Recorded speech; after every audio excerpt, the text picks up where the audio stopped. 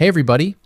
Today we're going to learn how to delete all your ChatGPT chats at once on your desktop or browser. First, navigate to the bottom left corner of the screen and click on your profile name or icon. From the menu that appears, select Settings. In the Settings window, click on the Data Controls tab. Look for the option labeled Delete All Chats and click the Delete All button next to it. A confirmation window will pop up asking if you're sure. Warning: this action is permanent and cannot be undone. Once you click Confirm Deletion, every conversation in your sidebar and your archive will be wiped. If there are specific conversations you want to keep, perform a data export first from the same menu to receive a copy of your history via email. Also, remember that deleting your chats does not clear your memory. You'll need to reset that separately in the Personalization tab for a completely fresh start.